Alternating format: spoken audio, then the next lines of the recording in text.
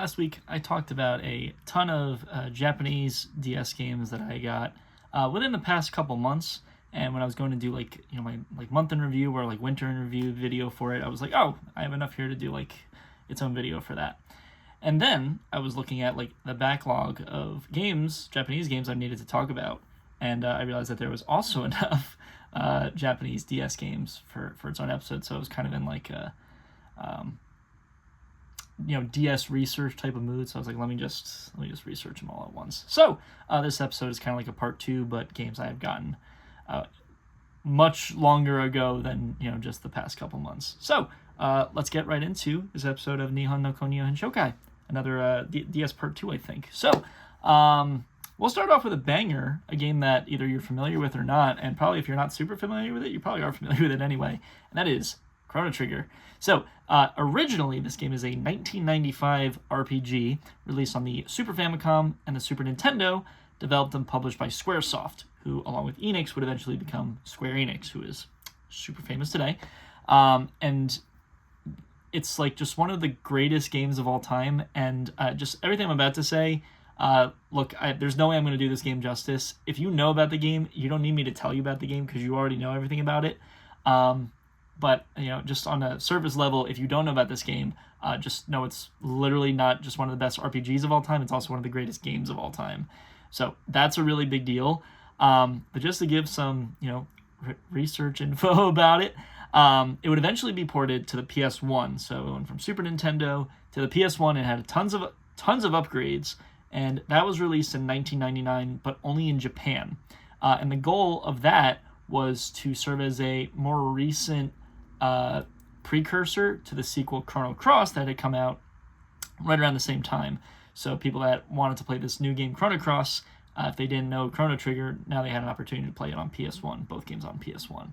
Now, the PS1 version had upgrades. Those upgrades, or that upgraded version, would end up being remade onto the DS. It was released on my birthday in November 2008 in Japan, and then came to North America just 5 days later, which is pretty cool. The remake, though, this DS remake was developed by TOSE. I think it's pronounced Toast, but I'm not really sure. But it was, again, published by Square Enix. Again, it was published by Squaresoft back then, but by the time this remake was published, it was published by Square Enix. So, there's not really much I could say that either you don't know or you would want to know. If you want to know more about it, I would recommend just watching any other video besides this one about Chrono Trigger, just because I'm not gonna do it justice. I'm just the hoarder of Japanese games, so definitely go check it out if you are definitely more interested. The original game on Super Nintendo in North America is crazy expensive. It's up there with Earthbound. Not quite as expensive as Earthbound, but it's definitely up there. And then a complete in-box version, with the map on DS, is probably around $100, I want to say. It's still pretty hefty, but not nearly as close as the $300, $400 that Chrono Trigger would run you. So, Chrono Trigger, we'll start with a big one. And then we'll continue with a game that I don't know why I bought it. I have no clue why I bought it. I remember adding it to my cart and kind of thinking about, am I really going to do this? And I did. I don't know why. This is Galileo, and yes, I have a loose copy of this game. I bought a loose Japanese DS game. I don't know. But let me talk about it. So this game is an October 2008 crime adventure, only released in Japan, and it was developed by Tomcat and published by D3 Publisher. So Tomcat is a now defunct studio. It had a wide range of not wildly popular games, but when I was going through its library, I recognized some very early sim games. I recognized Fortune Street or Itadaki Street. And what was the other one? And a single One Piece game. So they done some things, but apparently not enough to still be in business, unfortunately. But Galileo itself is actually a Japanese TV show that aired in 2007 and also, again, aired completely separately in 2013. And it's about a detective and a college professor who investigate mysterious cases. And it's sometimes included supernatural, which is pretty cool. But that's a great combo, a detective and a college professor. So that's pretty neat. There was also a few movies associated with Galileo. Two of them were as recent as 2022. But the game itself is literally just solving some cases, but mostly some cases from the 2007 show. Obviously, when this game was released in 2008, the 2013 show wasn't out, the 2022 movies weren't out, so it was taking cases from the 2007 show and solving them in like an interactive type of manner. So that's pretty cool. Again, don't know why I bought it. I really don't know, but it's a neat little piece of Japanese media culture, if you will. Next one is very interesting and very strange. So the next one is Jet Impulse. This is a February 2007 flight simulation game developed and published by, it says right there, Nintendo. But this is weird. Okay. So this game is Japan exclusive, but that wasn't always the case, or wasn't at least always supposed to be the case. So I found some conflicting reports on this. I think it's Wikipedia and Nintendo fandom don't agree, which is, it's fine. They can choose not to agree, but let's let me explain. So either one, the game was originally going to leave Japan as DS Air. So it was Jet Impulse in Japan, and then it was going to be DS Air elsewhere. And regardless of what happened, the game got canceled.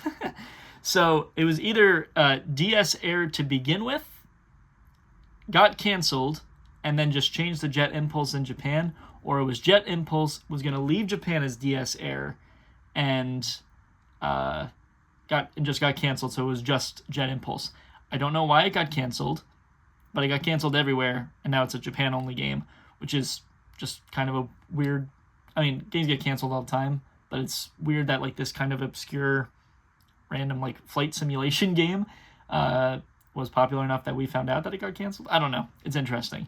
The plot in Wikipedia, let me tell you, is like the longest possible plot I've ever read in Wikipedia for a video game. There's somebody out there that really, really likes this game and wrote the entire damn plot in Wikipedia, which is like, good for them. But I wasn't going to read the whole thing. I think the too long didn't read is it's a fictional world. It's a like a wartime game, all war combat, but I would probably say it's like very World War II or very Cold War inspired. So maybe some historical background there, but the actual game itself is fiction, but I think they draw some heavy inspiration from real world events. And when I was looking at gameplay, it literally could just be a Star Fox clone. I mean, most flight simulation games are going to look very similar, especially a Nintendo flight simulation game where Star Fox Command also existed on the DS. So, I don't know. But Jet Impulse, this is an interesting one. So the next one, my dear manga and anime fans, I am not going to do this one any justice. I'm probably going to screw up the name horribly. And you're going to have to tell me way more about the game than what I'm about to give you, because researching for this game was, for the purpose of this video, was going to be way too much. So here we go. This is Meitante Konen and Kendaiichi Shonen no Jikembo Meguri ga Futari no Meitante. No clue how I did. Probably did really bad. It translates roughly to Detective Conan and Kendaiichi case files. Jeez. Chance meeting of two great detectives. All right. So, essentially, this is a Japan-exclusive, surprise, surprise, Japan-exclusive visual novel developed by Spike and published by none other than Bandai Namco. Okay. So, Spike is very well known. They have tons of developing and publishing credits on a ton of games. We might talk about them in a little bit, I don't know. But they would eventually merge with Chunsoft to become, you guessed it, Spike Chunsoft. Crazy. The coolest part about this game, in my opinion, was that it's a crossover between two like hugely popular Japanese media franchises. That's Detective Conan and the Kendaiichi case files. So it's a crossover. I don't know how many times manga or media franchises cross over like this. What's the word I'm looking for? This prominently, like this is like a really like deep crossover, and I don't know how much this actually happens, but I'm pretty sure there's also more games that are crossovers in both series. So I don't know. That doesn't really happen a whole lot here. At least I don't think so. Not in the way that I'm thinking about this, but whatever the case is, it's Detective Conan in Japan. The Kendaiichi case files, that's the same thing in Japan. But they both started as manga, and what am I trying to say? They both are like super branched out. Like they both started as manga, but they both have anime. They both have movies. They both have live action movies or TV shows. Tons of video games in both cases. And yeah, I think the only difference between the two is that Detective Conan, or Case Closed here in North America, is described as a detective manga series, and Kindaichi Case Files is called a mystery manga series. I don't know, that doesn't seem like a big deal to me, but like, I don't know, very interesting. You play as both characters, both main characters from both franchises. I was going to say universes, but we'll go with both franchises. Mainly a visual novel. There's some investigation. There's some mini games, but yeah, listen, if you know anything about either of these two series, I would love to hear more about them, because I was not going to read everything about Case Closed and or the Kindaichi Case Files just for this video. So please, if you know about this game, tell me about the game, or tell me about the series, because this is very fascinating. So yeah, there's a lot more going on in that game. Same thing with Chrono Trigger. I guess I'm just kind of, I don't know, brief overview of some of these games, right? Next one, also pretty interesting. I didn't know anything about this game when I bought it, but this is Mugen Koro, or better known as Infinite Space here in North America. So this is a June 2009 JRPG developed by Platinum Games and published by Sega. I'm pretty sure Platinum Games did Bayonetta. I didn't write that down. I'm pretty sure I knew that. And Sega is Sega. But it was released in North America just under a year later as Infinite Space in March 2010. So the game is super duper sci-fi inspired. The game's main selling point is having a ton of customization. Like, you can customize everything from hundreds of characters all the way up to like hundreds of different fleets, and everything few and far between. Like, that's like the selling point. Like, forget the fact that it's like super cool sci-fi. You can customize pretty much everything in the game, which is really neat. It's mainly a point and click game. It's mainly a point and click game, but there's a ton of real-time random encounter combat, RPG style battles. So I mean, it is a JRPG, but like a couple different, like maybe a nice blend of a couple different types of games, which is pretty cool. You play as the fleet commander Yuri in both the future and outside the Milky Way galaxy. And even though the story write-up had way too many new terms and titles for someone not actually playing the game to keep up with, I didn't know what I was reading after like a paragraph and a half. It sounds super interesting and it's probably worth playing, but here in North America, the game Infinite Space is really expensive. It's not quite as expensive as Chrono Trigger complete in box, but it's like still at least $100 complete in box. So yeah, I just came across it in a random auction and won, so that's cool too. Same thing, tell me more about these games, because I realize this, I couldn't go too in depth, or else this video would be like 60 minutes long for, I don't know what, like 10 games. Crazy. Anyway, next one I could talk a little bit more about. I know a little bit more about this series, and this is Sakusete Chibi-Robo, or better known as Chibi-Robo Park Patrol in North America. I am pretty sure I've talked about this game before. I don't know when, but I feel like I have. I just don't know when. It's a 2007 action-adventure game developed by Skip and published by Nintendo. So let's talk about Chibi-Robo. The first game in the Chibi-Robo series was released in 2005 on GameCube. And this game is a sequel to that. So the first game is about helping out around a house, and this game is about helping clean up a park. Yay, environment. So overall, you're doing like community service, you're watering plants, you're growing plants, you're helping toys with different tasks they need to complete. You are building park structures, you are defending the park, you're visiting the town. Like, you are literally just this Boy Scout Chibi-Robo, if you will, doing everything to keep a park as nice and tidy as possible. I don't know why I didn't write it down, but I'm pretty sure like the names of the villains in this game are like super silly. Definitely look it up.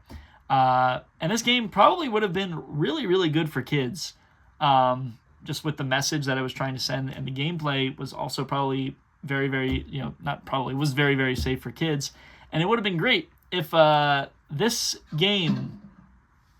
That was my speaker. I forgot to turn off my speaker. What was I going to... Oh, sorry.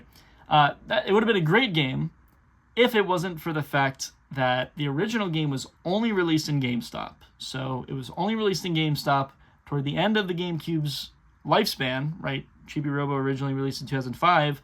Wii was out in 2005? If not 2005, 2006. But it was like right at the end, and you put it in just one single game store. The original Chibi Robo didn't sell well.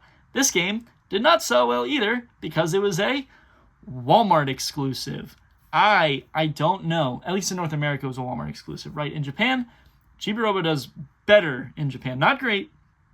It does better. But just like in general, nobody knew anything about like the two Chibi Robo games in North America. The first one, the second one, nobody knew anything about them. Even to the point that like the third game in this series is Japan only. I'm pretty sure it's also on DS. But like, man, this series has so much potential, and it was just so poorly mismanaged by Nintendo, it's just crazy. So yeah, interesting history behind it. Probably a game that deserves way more credit than it's given. But yeah, it's just part of Nintendo's history to be Chibi Robo, I guess. I don't know. We got two more or one more. Okay, one more game, and then a little group of games to finish off. But the next one, also very, very strange. This is Tongari Boshi Tomaho no 365 Nichi, or better known in two different languages, or not. Okay, let me try it again. Better known in English in two different locations. In North America, it's known as Magician's Quest, Mysterious Times, but in Europe, it had a completely different name, Enchanted Folk in the School of Wizardry. Okay, here we go. It was originally released in Japan in November 2008. Okay. Then it was released in Europe 4 months later in March 2009. And then we got it last 2 months after that in May 2009. All three games released at 3 different times with 3 different names. But it's all the exact same game. Okay. It's published by Konami, but it's developed by I want to say Aquaria, but it's not quite Aqua. It's like maybe Acaria. I don't know. But they've mostly been responsible for like Sword Art Online games. So if you're not familiar with Sword Art, you would have never have come across Acaria or Acaria. I wish I knew how to say it. And the best way to describe this game is if Harry Potter and like the My Sims art style on DS had a baby. Maybe you can kind of tell it's got this like, you know, these very chibi art styles. I guess it's also not like super crazy to think of like maybe like Animal Crossing characters. Or, yeah, My Sims is what immediately came to mind when I was doing research. But if Harry Potter plot had a baby with DS chibi graphics, we would have gotten this game. You literally play in a school that teaches magic, and your entire goal is to befriend characters. So that's kind of interesting. But even more interesting is that this game isn't alone. It's the first one in the Magician's Quest series, but it had games releasing in 2010, 2011, and 2012, the last of which was on 3DS, but I'm pretty sure those last 3 all stayed in Japan. They were never released in North America. Only this one, but the last one. I mean, we keep coming across DS games that are like really expensive in North America, and this one is too. That was Chrono Trigger, Infinite Space, and now Magician's Quest. These 3 games in English, way too expensive. Japan, not as expensive. But yeah, I don't know. We're finding some really weird releases in this episode. And now we get to the very end of the video. And this is more just me just talking about Shiren the Wanderer again. Man, for somebody who doesn't play Shiren the Wanderer, who doesn't play roguelikes, I talk a lot about Shiren the Wanderer. I don't know. I think it's just an awesome name. And the games are not like super expensive. So it's fulfilling to buy them, if that makes any sense. So I have 3 games here to show off. I showed off one of them last week. And I have 3 more to show off because that's how many I had in the backlog to talk about. So, the first game that I'm going to show is the first one that came to North America. So, not only do I have Fushigi no Dungeon Furai no Shiren DS, I also, at some point in the past, bought the English release, Mystery Dungeon Shiren the Wanderer. So, we've talked so many times about where the Mystery Dungeon part comes from. Mystery Dungeon originally, Dragon Quest spin-off, then did its own thing for a little bit, then started with Shiren the Wanderer, and Shiren the Wanderer became its own game. And at some point, Pokemon got involved there with Pokemon Mystery Dungeon, but that's a different story. So, I happened to buy both at the same time. Mystery Dungeon, Sharon the Wanderer, the English release, is one of the first, it is the first Sharon the Wanderer game to come to North America. The first of like 4, 5, something like that. Yeah, very, very, very few. There's a lot more in Japan than there is here. This game is actually a remake of the original Sharon the Wanderer. So, the original game was released on Super Famicom in December 1995, and then it was remade for DS in Japan in December 2006, and then it was brought to North America a little over a year later in March 2008. So these two are the same game. They're both remakes of the original Sharon the Wanderer on Super Famicom, which is pretty cool. I actually have it written down here. There's only 4 Sharon the Wanderer games that have come to North America, physically, I should say. This one, there's one on Wii in 2010, and then 2 games that were on PS Vita and Switch. I think I have one of them. I got one of them at Too Many Games. I think another one I got from Limited Run. Something like that. I have the games. I don't know if I have all of them exactly. But these weren't the only 2 Sharon the Wanderer games that were in the backlog to talk about. The last one is Fushigi no Dungeon, Furai no Sharon 4, Kami no Hitomi to Akuma no Heso. No idea if I did that right, probably not, but better known as Sharon the Wanderer 4, The Eye of God and the Devil's Navel. But this never came to North America. That's just it's just translated name. So in total, I'm showing off Sharon the Wanderer 1 and 4 on DS. I showed off 2 last week. 3 never came to North America. I think it's only on PSP. But I also think Sharon the Wanderer 3 is the Wii one too. Something like that. And then there's also Sharon the Wanderer 5 that was also on DS. But I don't have that one yet.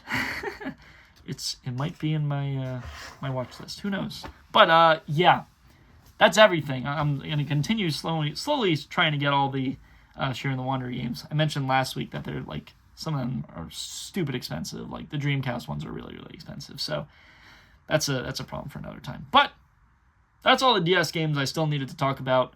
Yeah, I realize I would say poor research, but a lot of these games had a lot more to them than just what I'm able to cover in this shorter length video. So please, I always say that I hope you learned something, and thank you so much for watching, and I hope you learned something. But genuinely, I think this is a good opportunity for me to learn a lot more about these games from people who probably care about them way more than me. So if there's anything I missed, if there's anything you want to tell me, please tell me more about them, because yeah, I probably could have done better, but it's okay. It's fine.